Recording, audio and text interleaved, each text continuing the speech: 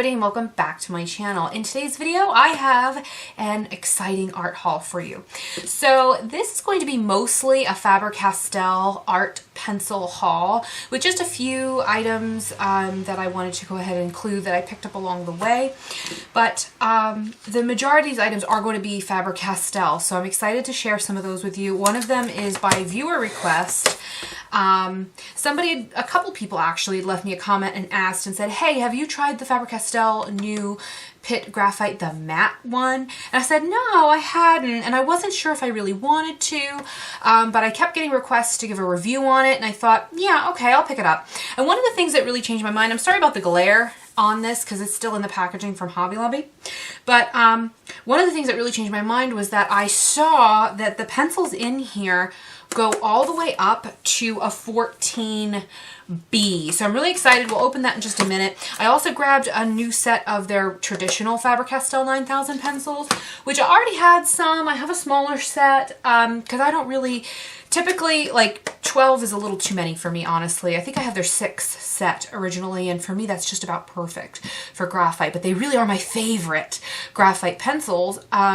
First off, I thought theirs had the least glare already. So I'm really excited to see the difference with those matte ones, but also they're darker. Some of them are darker in there, so that's cool. I also picked up a set of their watercolor pencils. I'm going to show you that in just a moment. But the first thing, I just want to get this out of the way that I picked up. I got this at Michael's, and there's going to be a huge glare. This is the Weber peel off palette. Now I had a couple of these maybe 10 years ago when they first came out. I didn't think they were that great and I wasn't impressed, but this one actually so far has really been serving my purposes nicely. It is peeling off much better than the original one. I washed it, used it, have washed it again. Little tip for you.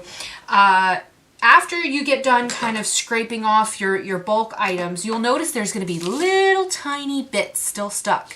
And you don't want to leave that, because if you do, when you go to mix with your palette knife your fresh paint, it's going to come up and make your paint chunky and lumpy, and that's not nice, especially if you work in realism.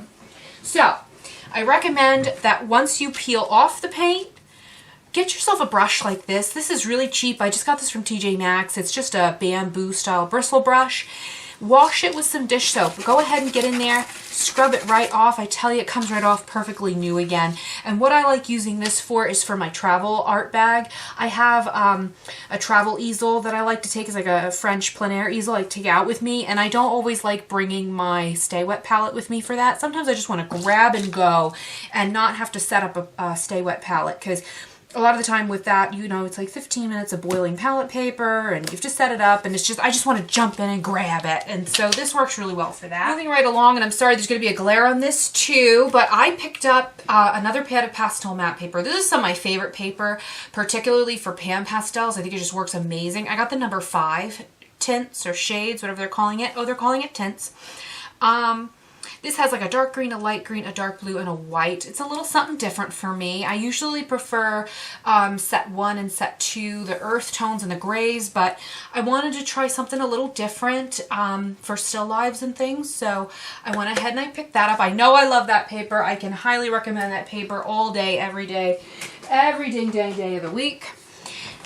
And at Michael's, I grabbed this. Now, I know, you know, I don't need this. I absolutely didn't need this. I have a huge set of Daniel Smith paints that I had gotten for my birthday, and I doubt that haul is even up right now because I kind of think I never put it up. But my brother and a couple family members had gotten together because I was running dangerously low on Daniel Smith paint, and they picked up all my favorite colors in large tubes, and I had a big haul of it for my birthday. So I didn't need this, but why did I get it? Because I couldn't resist, because it was on clearance.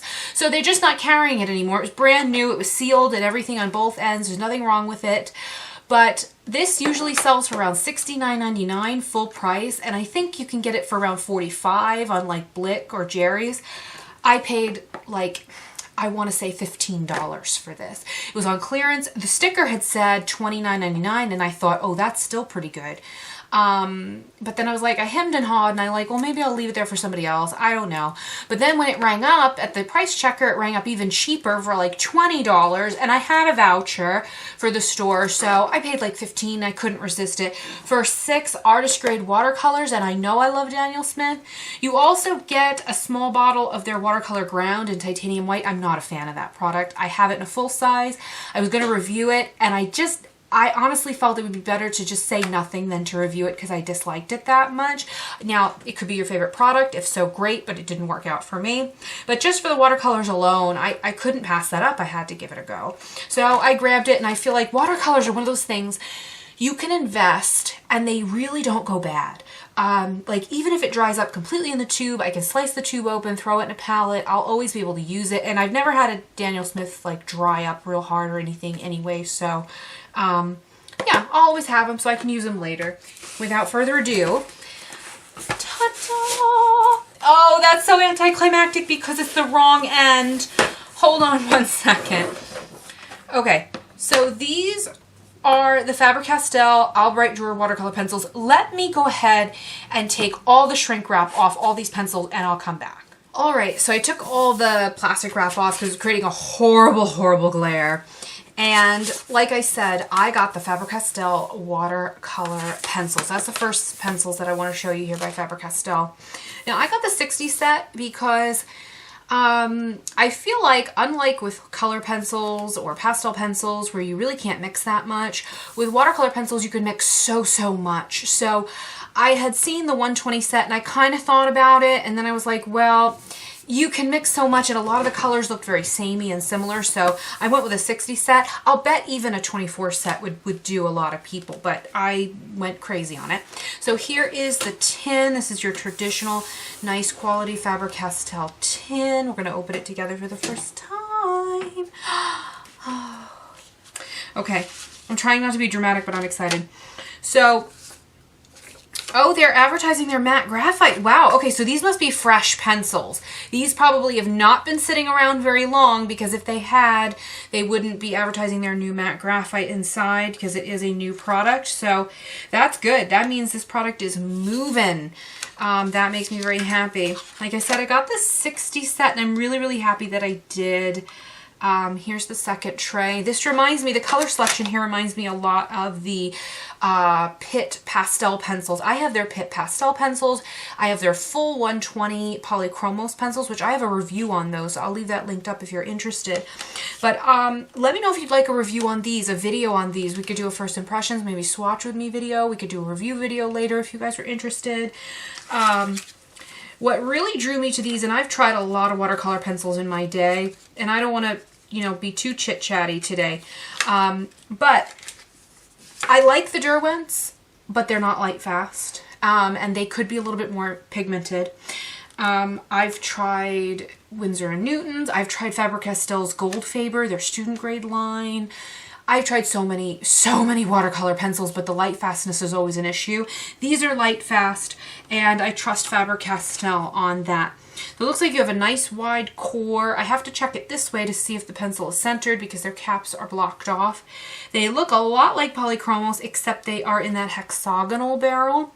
You get the color name, color number on there, and the star system. A lot of things here are 3 stars, a few things are 2 stars, but I'm really, really excited to try these. I like this color selection, and I feel like if you get the 60 set, I'm not trying to dissuade anybody from buying the 120 set, but I personally felt like too many similar colors, and that also with watercolor pencils, it's so much easier to create subtle nuances and blends and things like that. So when you get a brand new set of pencils home like this, and especially if they're expensive, go around and randomly sharpen a couple. Like I would probably take 1 pencil from each of these little categories here, sharpen them up. If the pencil breaks or the cores start to fall out or you have any issues whatsoever, send those pencils back. They've likely been dropped or damaged. You will never have a good experience with the pencil.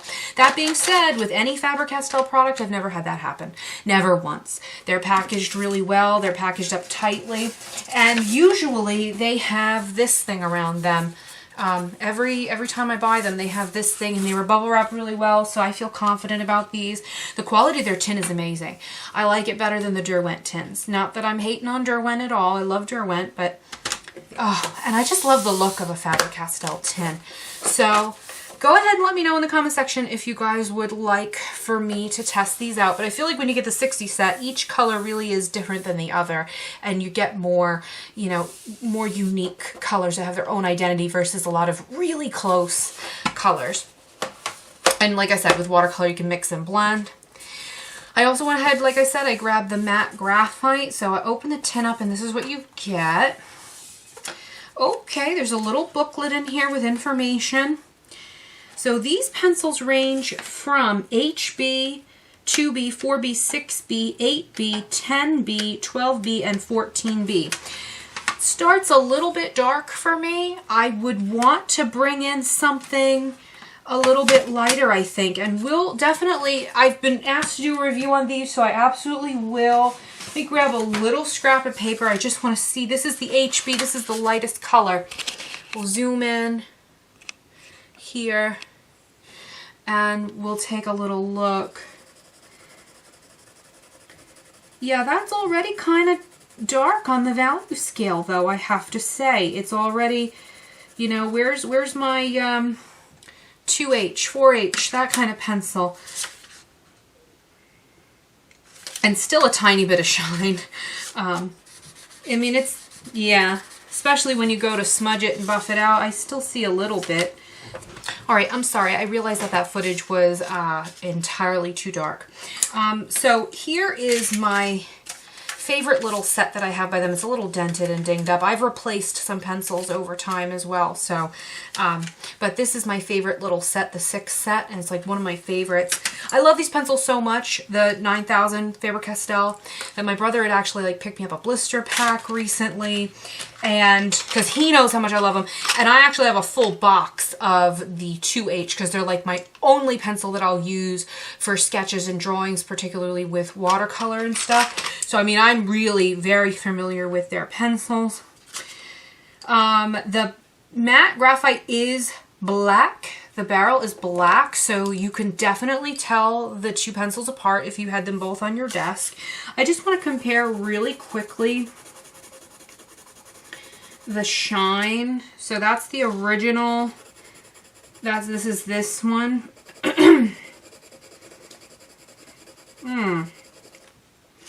Okay, so not only is the new one a little bit darker, and Lord only knows, I don't think you'll be able to tell well, maybe. Yeah, there it is. There it is. I know the camera's picking that up. So obviously this is the original on the left, on the port side, and then over here on the starboard side, on the right, we have the matte. There's still a little bit of shine, but it's not bad. But I have to say, they don't smudge as nice. And my first impression, now of course this is only first impression, you can see it definitely did not smudge as far. This feels a little bit more scratchy, and it doesn't glide the same way. And that's probably because usually oil is used in the production and refinement of most graphite. There's probably not any in these pencils. So they're going to be a little bit more scratchy. I personally don't like the way that feels as much. I also think these are a thicker barrel, a thicker core. They are. This is absolutely a thicker core than the original, which means if you're into heavy detail, that might not be the thing for you. I'm wondering if I can put a line of this over. Now, you won't be able to see that on camera, but I'm wondering if I can come in with my darker one. Yeah, I can still layer the other pencil over, so that's nice. I don't know. Let's try the 14B. That is nice and dark. I don't want this to turn into like a full-on, that is very soft. So that one's definitely nicer, but a lot of crumbs. I don't know how if you're gonna be able to see that. A lot of crumbs there. The darkest color, I have a 9B. I know I have 9Bs of this somewhere, the green one. but I don't have it on hand. Usually I did a whole video on this. I bring in charcoal and I blend them together. So I'll link that video up of how I combine charcoal and graphite if you guys are interested. Now, I think in general, the Faber-Castell's 9000 pencils definitely have less shine than most graphite, I think. But there you can see. Yeah, I mean, I'm not complaining, but let's try blending this one now. How well does it blend? I think it stays put a lot more. Like, yeah, I blended that some. But I think it stays put a lot more than the other. So it's definitely a different formulation. I'm not making any pre-assessments. I have to absolutely play around with it more before I can say anything definitive about that. But I just wanted to go ahead and show it to you. And I'll do a drawing and stuff with them. I do think my biggest criticism so far is that I think that starting with an HB, and I don't know if you can buy open stock of these, if they make a lighter set. I don't know if they make a lighter pencil. Starting with an HB is already kind of darker than I want to go for some of my lighter values. So I like to have that 2H pencil, absolutely, and maybe even a 4H in some instances. The regular Faber-Castell 9000 pencils, these are 100% a golden product. I cannot recommend them enough. Their pencils are smooth, they glide, they never have any sharp bits, they blend nicely, they don't have too much shine. I really, really like these. I don't buy Derwent Graphic anymore because they've ruined too many of my drawings and they can't be trusted. And I don't care that they repackaged them. They're the same horrible pencils that will destroy your drawings, I promise. So that's how I feel about that. One more thing I want to show you in this kit, because I don't want to, it's not a review. You do get that tortillon stump. You do get a little sharpener, which I always find them to be usable, but not the best quality. And then they do give you a little eraser here, which is nice. I love their erasers. They are some of my favorite erasers. So I know I love the 9000 pencils. I don't know how I feel about these yet, so I'm a little bit shaky on trying to recommend them, but I can foresee some problems already. Just putting that out there. So like I said, I also picked up another one of these sets. Yeah, I mean, I just love their pencils. And you get such a beautiful range. They sharpen to such an unbelievably fine point. Let me get this out of here. Eventually, I'll get it out of here.